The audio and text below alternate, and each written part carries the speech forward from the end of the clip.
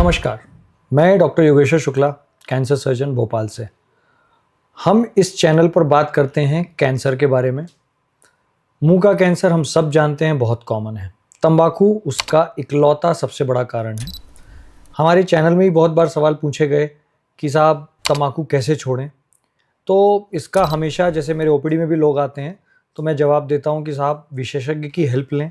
सर्वप्रथम self motivated रहें, नहीं कर पा रहे हैं तो विशेषज्ञ के पास जाएं। विशेषज्ञ कौन? साइकाइट्रिस्ट होते हैं, डी एडिक्शन स्पेशलिस्ट होते हैं, जिनके पास जाएं। लेकिन लोग जाते नहीं हैं। क्यों नहीं जाते? डरते हैं, घबराते हैं, इतनी मान्यताएं हैं कि साहब वो तो पागलों के डॉक्टर हैं, जैसा कि हमारी सोसाइटी में व्याप्त है। तो इसलिए लोग जाने से कतराते हैं और लोगों की हेल्प नहीं लेते हैं। तो आज हम इस वीडियो में और अगली सीरीज़ में ये लेने वाले हैं। हमारे साथ एक डी एडिक्शन स्पेशलिस्ट और साइकेट्रिस्ट डॉक्टर रचना गुप्ता रहेंगी, जिनसे हम डिस्कस करेंगे किस तरीके से तंबाकू छोड़ी जा सकती है और किस तरीके से हम उनकी मदद ले सकते हैं। आज हमारे साथ हैं डॉक्टर रचना गुप्ता, जो भोपाल की जानी मानी कंसल्टेंट साइकेट्रिस्ट हैं और डी एडिक्शन स्पेशलिस्ट हैं। हम इनसे बात करेंगे कि किस तरीके से तंबाकू से छुटकारा पाएं। नमस्कार मैडम। नमस्कार। मैं डॉक्टर रचना गुप्ता, डॉक्टर योगेश्वर ये कहना चाहूँगी कि डेफिनेटली कुछ निकोटीन या तंबाकू, सिगरेट स्मोकिंग बिल्कुल छोड़ा जा सकता है। पहले तो मैं ये डिस्कस करना चाहती हूँ कि जो मिथ्स हैं लोगों के मन में, वो हटाना बहुत ज़रूरी है। पहला ये कि निकोटीन हमारे स्ट्रेस को कम करता है और निकोटीन एक रिलैक्सेशन देता है। ये एक मिथ है। क्यों? क्योंकि निकोटीन स्ट्रेस को बढ़ाता है, ना ही कि कम करता है। एक पल्स ही है जिसे स्ट्रेस कम होता है। सेकेंड मिथ ये है कि मैं अगर स्मोकिंग कम कर लेता हूँ या माइल्डर फॉर्म में शिफ्ट हो जाता हूँ, फ्रीक्वेंसी कम कर लेता हूँ, तो स्मोकिंग कम हो जाएगी। ये भी एक मिथ है। अगर हम स्मोकिंग कम करते हैं या फ्रीक्वेंसी कम करते हैं तो हम उसे फोर्सफुली लेते हैं, तो जिससे कि निकोटीन का अमाउंट ज़्यादा जाता है। तीसरा मिथ ये है कि भाई निकोटीन एक डिपेंडेंस और एक टॉक्सिक मटेरियल है, बट ऐसा नहीं है। निकोटीन सिर्फ डिपेंडेंस करता है। जो टॉक्सिक गैसेस निकलते हैं वो एक हानिकारक चीज़ है। फोर्थ मिथ ये है कि भाई मैं 40 का हो गया हूँ, मैं 60 का हो गया हूँ, तो अब छोड़ के मैं क्या करूँगा।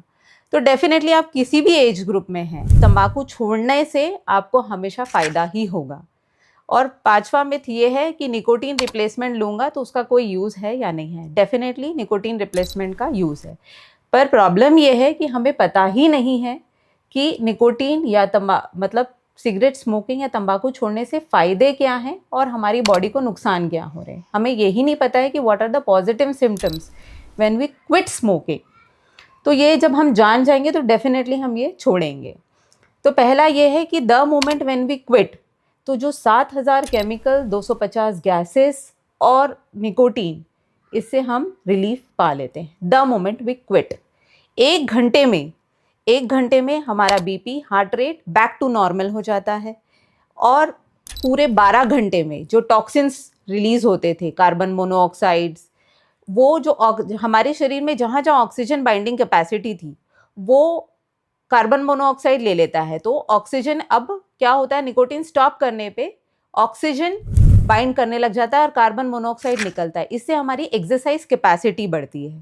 थर्ड, 12 आवर्स में क्या पॉजिटिव मिलता है हमको? ये मिलता है कि भाई जो भी ये थे प्रॉब्लम्स, निकोटीन, ये इससे डिफ़िकल्टीज हो रही थी, टॉक्सिन्स रिलीज से, इन्फ्लेमेटरी स्टेट, तो 12 आवर्स टू 24 आवर्स में जो इन्फ्लेमेटरी स्टेट थी वो भी कम होने लग जाती है। जिससे जैसे हम कह रहे थे कफिंग रिफ्लेक्सेस, सीलियरी बॉडीज, ये सब भी इम्प्रूव होने लग जाता है। 48 आवर्स में हमारे जो नर्व एंडिंग्स थे माउथ में, तो उसकी वजह से हमारे माउथ में टेस्ट आने लग जाता है, स्मेल आने लग जाता है। These are the positive symptoms which we are going to feel after 1 month. What we will feel कि भाई मेरी जो बॉडी में जितनी भी इन्फ्लेमेटरी स्टेट थी, जिसकी वजह से सिंपैथेटिक ओवर एक्टिविटी से हार्ट रेट इंक्रीज हो गया था, बीपी इंक्रीज, हार्ट अटैक के रिस्क इंक्रीज हो गए थे, स्ट्रोक इंक्रीज हो गया था, the risk of these diseases decreases by 50%।